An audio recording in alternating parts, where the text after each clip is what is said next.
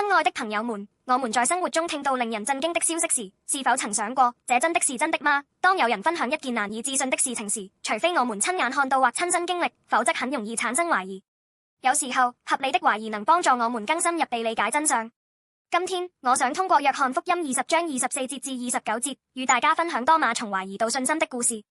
多馬是耶穌的門徒之一，但當他第一次聽說耶穌從死裏復活時，他堅決不信。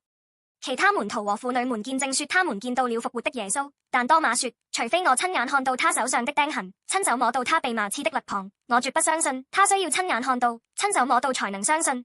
但令人驚奇的是，復活的耶穌親自來找多馬，他按照多馬的要求說，把你的手指伸到這裡，看看我的手，把手伸進我的肋旁。那一刻，多馬所有的懷疑都煙消雲散。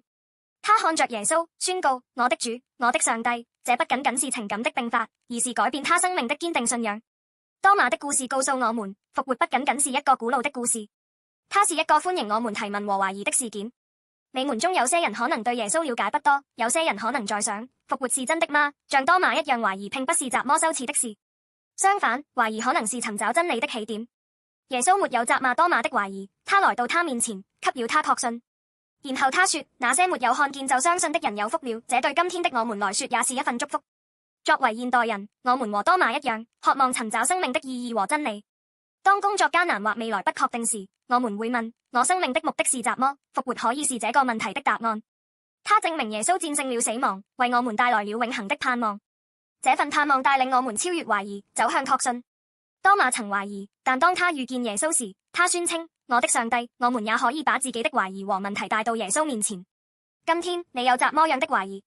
你是否在疑惑為怎麼生活如此艱難？是否真有盼望？或者耶穌是否真的活着？請坦誠地將這些懷疑帶到耶穌面前，就像他來找多馬一樣，他也會來遇見你。復活是一個超越我們懷疑，給予我們信心和盼望的確定信息。現在向耶穌邁出一步吧，他已經準備好回答你的所有問題。阿門。